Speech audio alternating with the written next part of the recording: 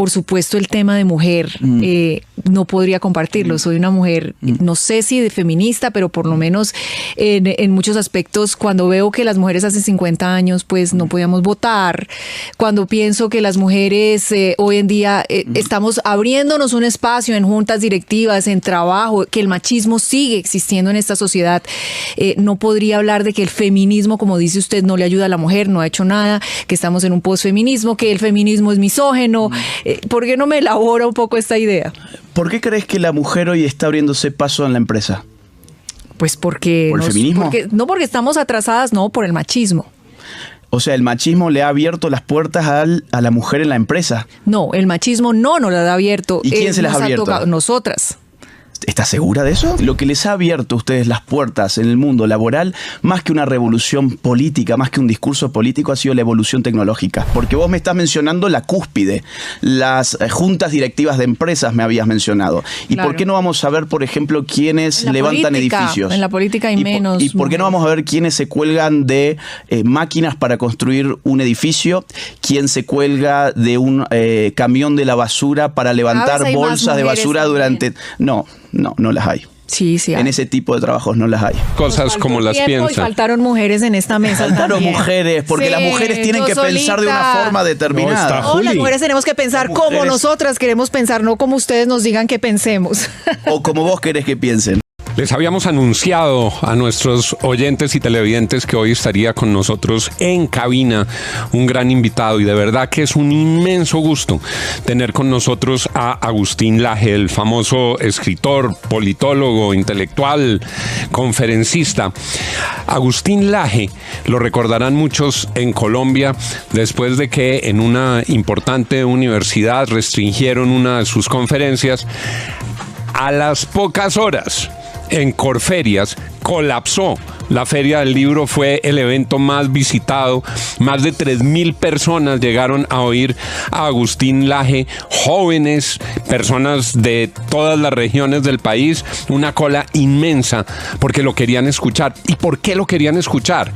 Porque en un hemisferio donde se han oído a altísimo volumen y con muchísimos decibeles las voces que propenden por el socialismo del siglo XXI, por las izquierdas, por la izquierda radical, por las distintas formas de la izquierda en sus manifestaciones en los gobiernos de la región, un grupo de pensadores empezó a levantar la voz diciendo: ojo con lo que está pasando, ojo con lo que están diciendo, ojo con lo que están causando, ojo con la batalla por ese relato.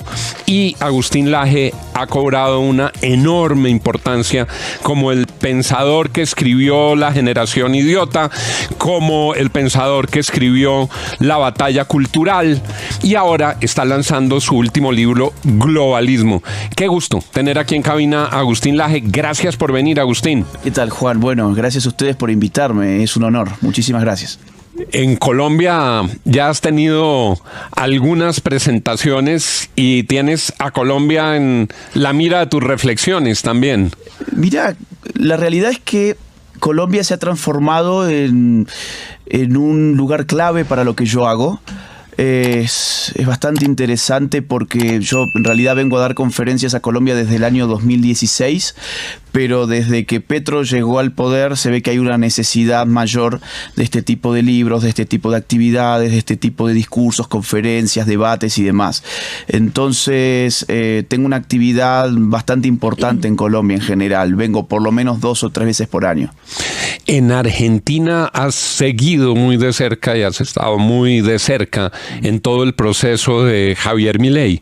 ¿Cómo va Milei? Mira, yo tengo amistad con él desde el año 2015, 16 más o menos. Hemos dado conferencias juntos en la Feria del Libro de Buenos Aires.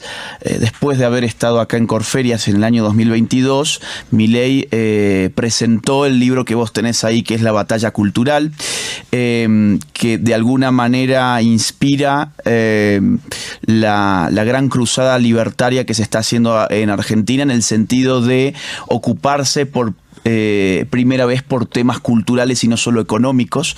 Por eso Milei constantemente dice hay que llevar la batalla cultural hasta sus últimas consecuencias. ¿Y cómo viene Milei? Bien, ya está domando la inflación, que es el principal tema en Argentina desde los últimos años. Javier asume la presidencia con una hiperinflación instalada.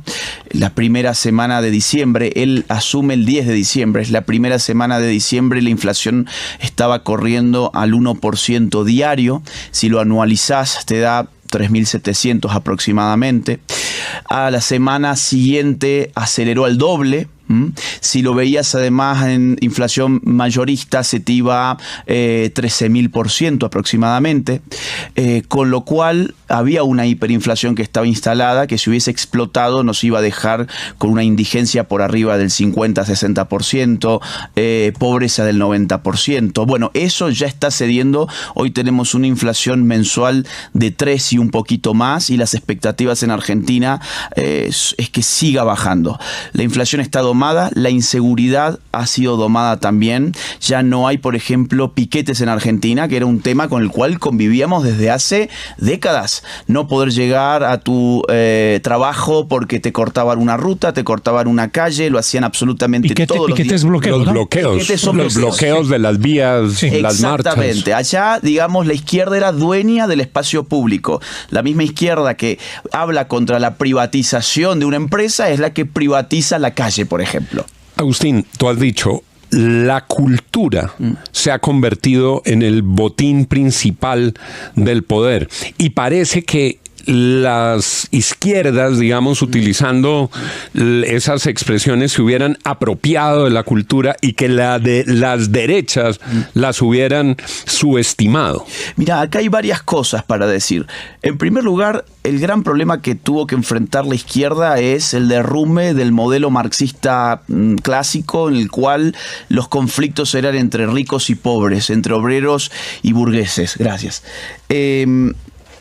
El colapso de ese relato, viendo que Cuba no es un lugar en el cual nadie quiera vivir, Venezuela no es un lugar en el que nadie quiera vivir, la Unión Soviética colapsó, China tuvo que girar hacia una economía, una especie de capitalismo autoritario. Entonces la izquierda se vio con un gran problema, que es que sus discursos económicos ya no les funcionaban.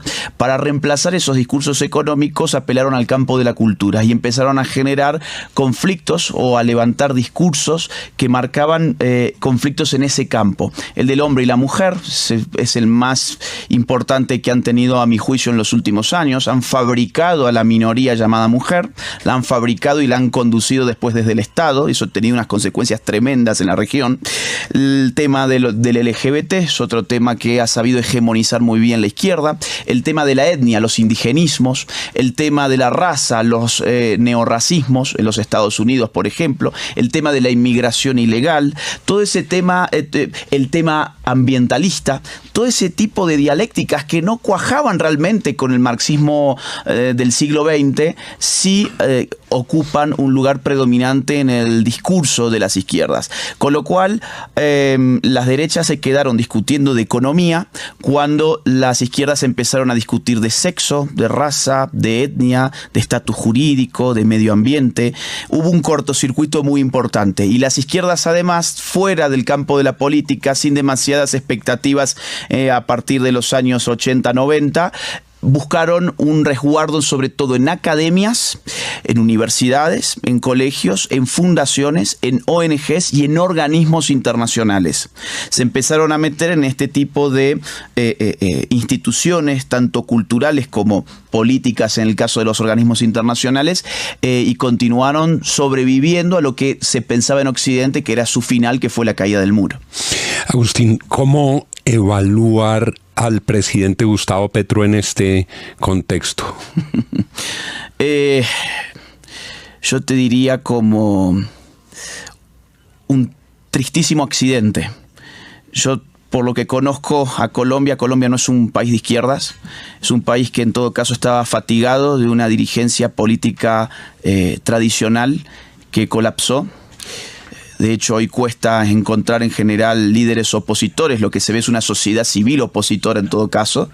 Y bueno, Gustavo Petro supo articular el discurso del cambio, ofreció un cambio que nunca fue, supo llegarle a los sectores juveniles, supo prometer cosas que la gente anhelaba, supo poner al Estado como fuente de todos los bienes y de todo el bienestar, y la gente se lo creyó, y ahora se están pagando las consecuencias.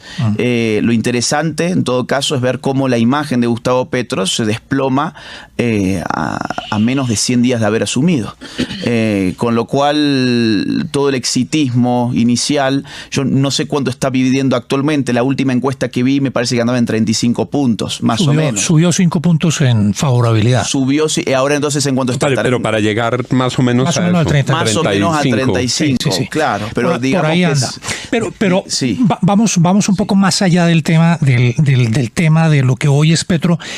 ¿Hacia dónde cree usted que nos quiere llevar este gobierno? Porque siempre se advirtió que Gustavo Petro en campaña representaba un modelo que podría llevarnos a algo parecido a lo que es hoy Venezuela. ¿Ese es el futuro que usted pretende darle el hoy presidente a Colombia? Yo creo que ese sería el anhelo de Petro. El problema es que hay algunas condiciones distintas en Venezuela de las que hay actualmente en Colombia. Por empezar, las Fuerzas Armadas, las fuerzas de seguridad. No creo yo que sean fuerzas que estén dominadas por la ideología de Petro. En cambio, en el caso del chavismo era otra la historia, porque era Chávez un militar con una inserción muy importante dentro del ejército, y además fueron corrompiendo al ejército con temas de narcotráfico, crimen organizado. A ver, el ejército en Venezuela es el ejército con más generales del mundo. Es un nido de corrupción. Todo lo que sostiene Venezuela hoy es la fuerza física del Estado en cabeza del ejército. Acá yo supongo que a la mayor parte del ejército no le debe caer muy bien Gustavo Petro, un enemigo además histórico del ejército, un guerrillero, un terrorista como Gustavo Petro, con lo cual mientras el ejército, digamos así, las fuerzas armadas en general no sean cooptadas por Petro, yo no veo el mismo tipo de riesgo que en Venezuela. Ahora, hay algo que sí me preocupa, que son los ejércitos irregulares. El cuento del desarme de la guerrilla y la supuesta transición hacia la paz de Santos y demás, la gente acá sabe que eso es una farsa, y que siguen operando grupos guerrilleros y que han crecido durante el gobierno de Petro, y esa gente sí que podría responder eventualmente a Petro. Además, tengo entendido que aquí las masacres no han disminuido, sino que han aumentado, que la violencia política sigue siendo una realidad lamentable en Colombia. Entonces yo creo que el escenario es distinto en realidad. Acá el agente que a mí me preocupa es la guerrilla, la inactiva y la activa. Y lo que me preocupa en Venezuela es el ejército. Entonces son dos realidades un poco distintas, me parece. Bueno, aquí, señor Laje, podríamos discutir sobre miles de posiciones y miles de puntos. Algunos los comparto, pero por supuesto el tema de mujer no podría compartirlo. Soy una mujer, no sé si de feminista, pero por lo menos en muchos aspectos, cuando veo que las mujeres hace 50 años pues no podíamos votar, cuando pienso que las mujeres hoy en día estamos abriéndonos un espacio en juntas directivas, en trabajo, que el machismo sigue existiendo en esta sociedad, no podría hablar de que el feminismo, como dice usted, no le ayuda a la mujer, no ha hecho nada, que estamos en un posfeminismo, que el feminismo es misógeno. ¿Por qué no me elabora un poco esta idea? ¿Por qué crees que la mujer hoy está abriéndose paso en la empresa? Pues porque... ¿Por el feminismo? No porque estamos atrasadas, no, por el machismo. O sea, el machismo le ha abierto las puertas a la mujer en la empresa. No, el machismo no nos las ha abierto. ¿Y quién se las ha abierto? Nosotras. ¿Estás segura de eso? Sí, claro. Yo no. Nosotras hemos abierto los caminos para generaciones incluso, y estamos todavía abriendo caminos para otras generaciones. Eso no es así. Lo que les ha abierto a ustedes las puertas en el mundo laboral, más que una revolución política, más que un discurso político, ha sido la evolución tecnológica, que ha permitido al ser humano emanciparse de la necesidad de la intervención del cuerpo, o sea, de la fuerza física. La mujer ocupó un espacio doméstico durante la mayor parte de la existencia humana, no porque a un hombre se le ocurriera que tenía que dominar a la mujer dentro de la casa, sino porque el tipo de trabajo físico y la diferencia biológica que existe entre el hombre y la mujer requería del hombre en un espacio público con un trabajo muy pesado, que no era un privilegio meterse a una mina, por ejemplo, no era un privilegio meterse a una fábrica inmunda del siglo XIX, sí. No era un privilegio nada de eso, y ahora cuando la mujer se incorpora al mercado laboral, en buena hora se incorpora en un momento de la historia donde es un privilegio estar dentro del tipo de empresas que estás mencionando. Bueno, puede que tenga razón, pero aún así en desventaja, no siempre atrás. Es decir, votar, la posibilidad de elegir, la posibilidad de participar de los procesos democráticos es relativamente nueva para la mujer, ¿no? Sí, más o menos. Y no tiene nada que ver con la fuerza. Un siglo debe tener, un siglo y... No, el voto en Colombia es de 1957. Doctor. Bueno, digamos que ya han pasado varias décadas. Y eso está muy bien. O sea, digo, no me malinterpreten, yo no diría que la mujer no tiene que votar. Por supuesto que tiene que votar. Lo que sí yo diría es que las asimetrías favorecen y perjudican de ambos lados de la historia, porque vos me estás mencionando la cúspide, las juntas directivas de empresas me habías mencionado. ¿Y claro, por qué no vamos a ver, por ejemplo, quiénes levantan edificios? En la política hay menos. ¿Y por qué no vamos a ver quiénes se cuelgan de máquinas para construir un edificio? ¿Quién se cuelga de un camión de la basura para levantar bolsas de basura durante...? No las hay. Sí, hay. En ese tipo de trabajos no las hay. Hay mujeres manejando. En Colombia sí las hay. ¿Ah, sí? Sí. Que están colgadas en un andén. Que manejan Transmilenio y que manejan grúas y que no es solamente una cosa de fuerza, sino de precisión. ¿Cuánto será? ¿Un 1%? ¿2%? Sí, es poquito. Bueno, entonces miremos ambas cosas. Pues si yo miro la cúspide, miro la junta directiva de una multinacional, y sí, vamos a llegar a la misma conclusión. Qué oprimida que está la mujer. Bueno, ahora, si vamos a ver físico. si vemos la base, que es los peores trabajos, los más antihigiénicos, los más peligrosos, los que generan más enfermedades, los que generan más muertes laborales, en todos nuestros países están ocupados por hombres. Agustín, un cambio de tercio ahí. Una cosa importante, yo lo escuchaba ahora diciendo que en la derecha, digamos, se concentró en teorías del mercado, de economía, y dejaron de lado una cosa que, si bien no soy experto en su obra, que Axel Kaiser escribe como la neoinquisición, en un ensayo que digamos que ha sido bastante influyente, y es que la derecha olvidó lo que estaba pasando en la opinión pública, olvidó las redes sociales, olvidó lo de los influencers, tiktokers y toda esta fauna que cada día determina más el rumbo de la sociedad. En Colombia eso es igual, eso sea de la misma manera, la economía y la derecha se ligaron y la izquierda se apoderó de la formación de la opinión pública. En el caso de Colombia, la derecha estuvo marcada por el problema económico y también por el problema de la seguridad. Mientras el conflicto guerrillero estaba al rojo vivo, la derecha gobernaba en Colombia, presidía el país. ¿Por qué? Porque la gente sabe que cuando tenés una guerra intestina, mejor que pongas a alguien que haga mano dura y que sepa enfrentar ese conflicto. Ahora, cuando se desactivó todo esto, supuestamente, ya empezamos a ver el avance de otro tipo de izquierda en el país. En efecto, lo que la derecha se ha dedicado es a hacer cuentas, mientras su enemigo, la izquierda, hacía cuentos. Y el problema entre las cuentas y los cuentos es que los cuentos son mucho más atractivos que los números.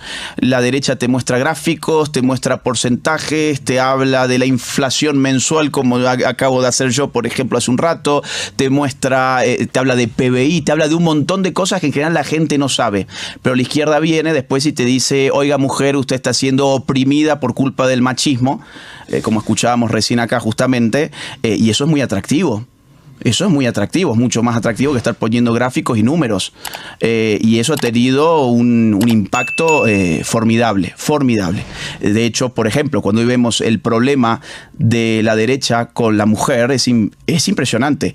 El problema está en Estados Unidos, la votante mujer es mucho más demócrata que republicana. En el caso de Argentina, el único tipo de votante, sociológicamente hablando, que Milei no pudo llegar es el público femenino. La derecha en Chile, José Antonio Kast, todavía peor la tiene con la mujer en Chile. Con lo cual, Vox, Abascal en España, también tiene un problema con el votante femenino. Y el votante femenino en realidad no era de izquierdas. Se convirtió de izquierdas cuando ese tipo de discurso, que no es otra cosa más que la reedición de la dialéctica explotador y explotado típicamente marxista, ahora ya no mirando la cuenta bancaria, sino los genitales de la persona, cuando hizo mella, cuando eso fue instalado en la opinión pública, el público femenino se izquierdizó. Agustín. Y eso es reciente. Yo le quiero preguntar por el populismo y quiero referirme a Levitsky y a Ziblatt porque ellos hacen un análisis muy importante sobre lo que pasa en América Latina y dicen que al final los populismos de izquierda y de derecha terminan siendo lo mismo y son estos líderes que se venden como mesías contra el status quo, contra la élite, que terminan, digamos que proponiendo soluciones efectistas, y uno podría hacer equiparaciones en ese sentido entre Petro y Milei o Bukele. Bukele con todo el tema de la seguridad en las cárceles, pero con una disminución en otras cosas muy importantes para los derechos humanos. Milei con economía de mercado, pero cuestiones importantes para la libertad de prensa. Y bueno, Petro ya sabemos. ¿A usted no le parece que al final terminan pareciéndose mucho esos populismos? No. A ver, en Argentina no hay ningún problema con la libertad de prensa. Vemos a Milei todos los días atacando a la prensa. Durísimo, lo vimos ayer, este fin de semana. Responde a la prensa, y eso no es atacar la libertad de prensa. La libertad es poder hablar desde tu micrófono, desde tu radio, desde tu televisor. No es que, vos, en nombre de la libertad de prensa, nadie te puede decir nada. Pero en eso sí fíjese que en eso sí se terminan pareciendo Milei y Petro, porque lo que dicen los líderes sí importa, y el discurso que generan los líderes termina teniendo repercusiones. Nos dijo muñecas de la mafia, ¿no? A las periodistas. Bueno, pero eso ya es una calumnia. Sí, pero no, es que hay una diferencia una importante. Tutela y la negaron, ¿no?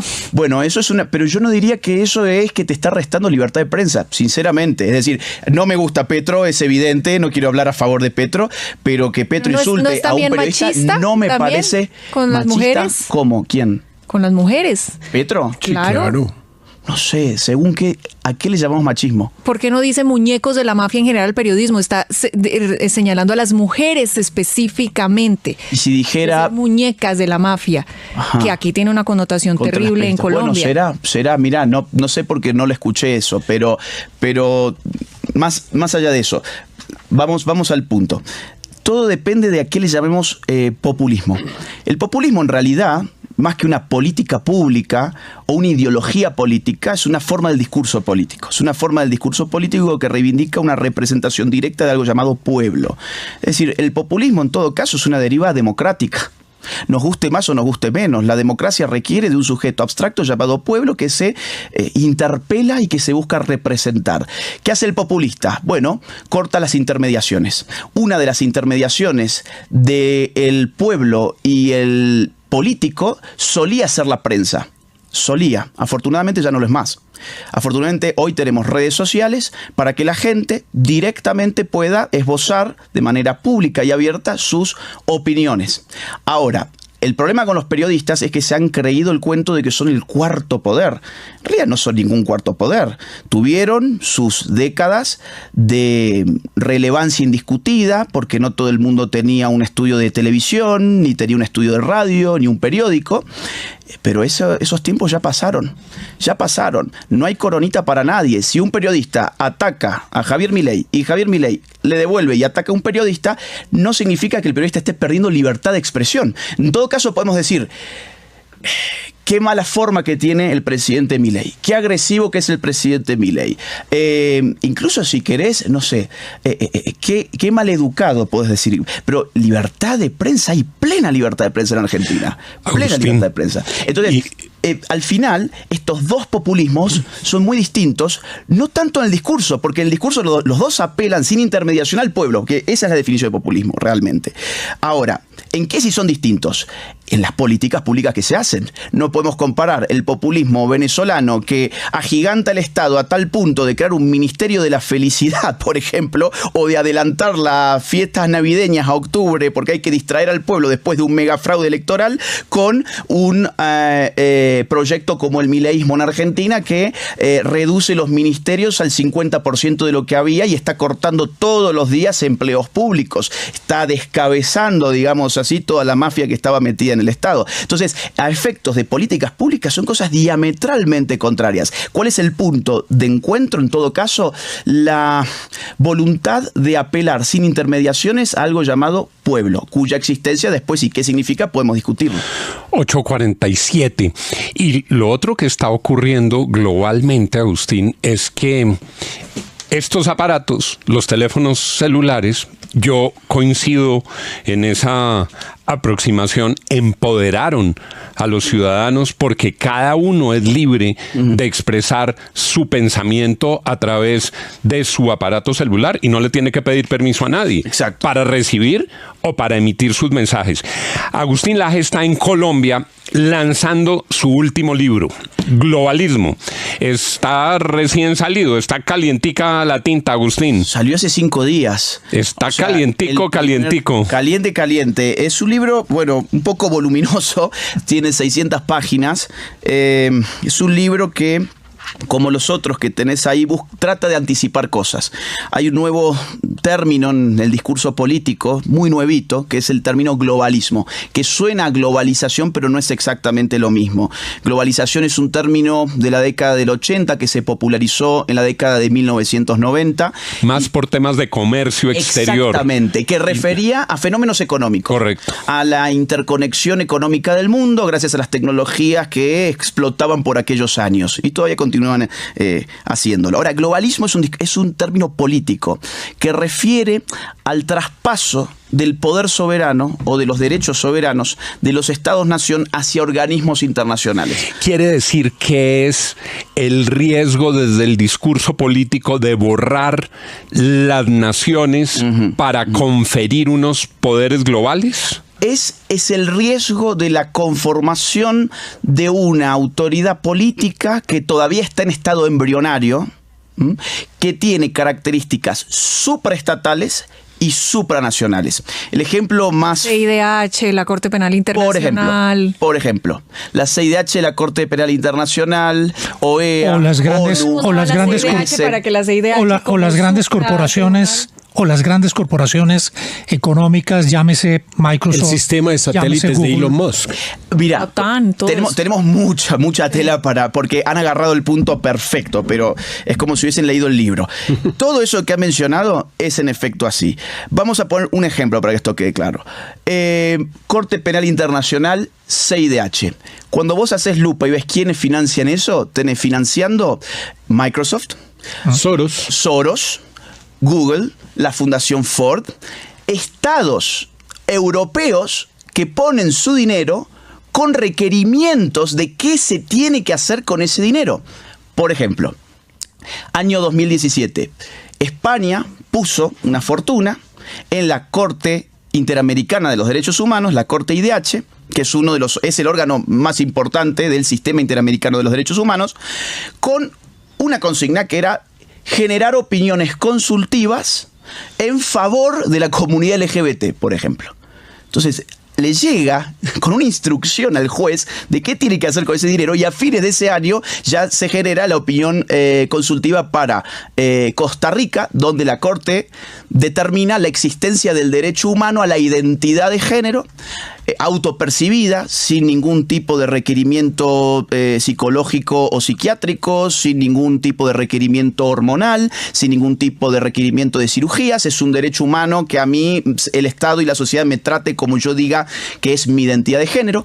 Por otro lado, el tema del matrimonio homosexual y la adopción homosexual metidos todos en esa misma. ¿Y qué riesgo tiene ese globalismo, Agustín? El riesgo que tiene es que deja a las naciones impotentes frente a agendas que terminan siendo determinadas por actores que no escogemos. Te pongo otro ejemplo, Agenda 2030. La Agenda 2030 es una agenda de Naciones Unidas creada en el año 2015 por solo 87 personas. 87 personas crean una agenda de 17 objetivos, 169 metas y le llaman la Agenda de la Humanidad. O sea, 87 personas crean una agenda para 8.000 millones de personas que tratan sobre todos los temas. Mira, economía, empleo, industria, agricultura, temas de género, temas de mujer, temas políticos. Está todo metido ahí, está todos los temas de salud, todos los temas públicos y privados también dentro de una agenda que han diseñado, que no hemos votado, no se nos ha consultado y que como está fracasando de una manera tremenda, se ha juntado la ONU en septiembre, o sea, hace apenas un mes, para decir que esta agenda se tiene que extender hasta el año 2045 y que tenemos que además agregar otros puntos como por ejemplo monitoreo político en redes sociales.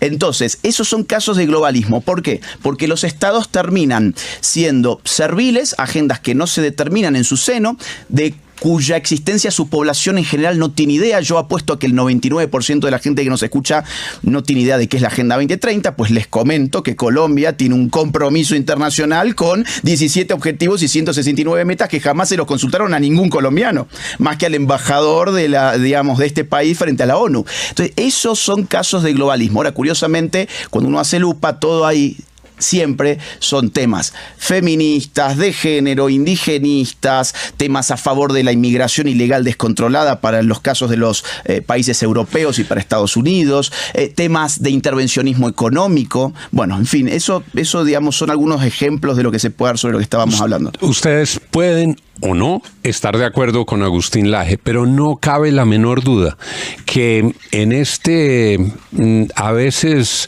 aletargado panorama intelectual en la región, su voz que es radical, su voz que es ilustrada, cada libro está acompañado de reseñas bibliográficas de cerca de 1000 autores, pueden estar o no de acuerdo con él, pero está sacudiendo la reflexión intelectual, la reflexión cultural y sobre todo la reflexión política en América Latina.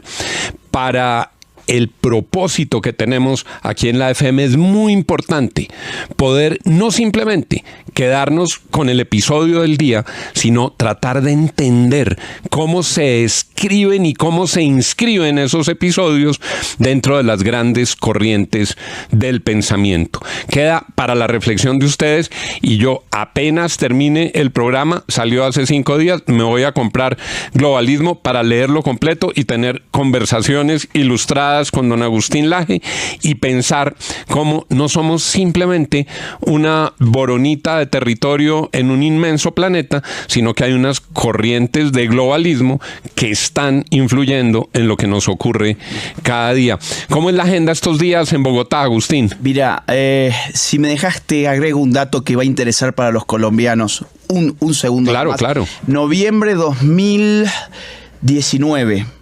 Si mal no recuerdo, acá hubo una manifestación muy grande. Entiendo que fue en noviembre de 2019 o de 2020. Fue 21.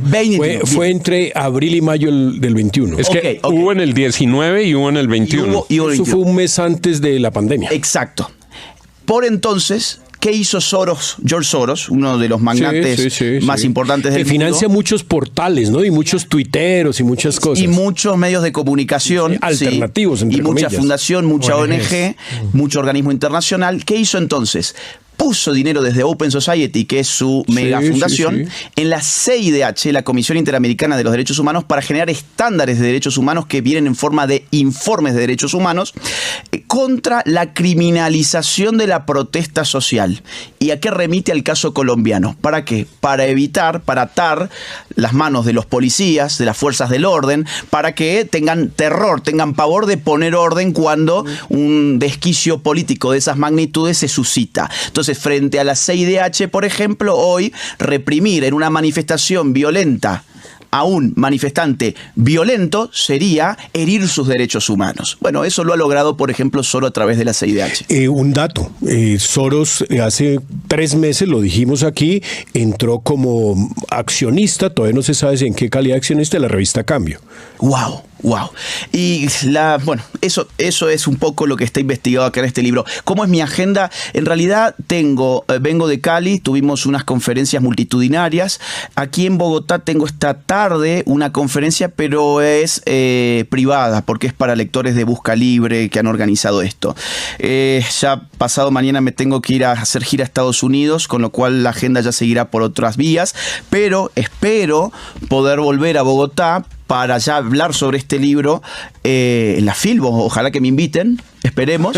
Tiene el público garantizado. Sí, y si me invitan iré, claro. Así que eso, por ahí vuelvo en mayo del año que viene. Agustín Laje, gracias por haber aceptado esta invitación, gracias por haber dejado el debate puesto sobre la mesa, muchas horas de discusión, muchas aristas, y gracias por decir las cosas como las piensan. Faltaron mujeres en esta mesa. Faltaron también. mujeres, porque las mujeres tienen que pensar de una forma determinada. No, las mujeres tenemos que pensar como nosotras queremos pensar, no como ustedes nos digan que pensemos. O como vos querés que piensen. No, cada porque mujer... hay muchas que no piensan como vos y por ahí se sientan en esta mesa y opinan en contra tuya. Perfecto. Y entonces el sexo es irrelevante para la opinión. Buenísimo. 8:57. Les aseguro que en el break va a tener una segunda ronda esta conversación. Está reventado el chat. Y Agustín Laje, así es. Todos los mensajes de nuestros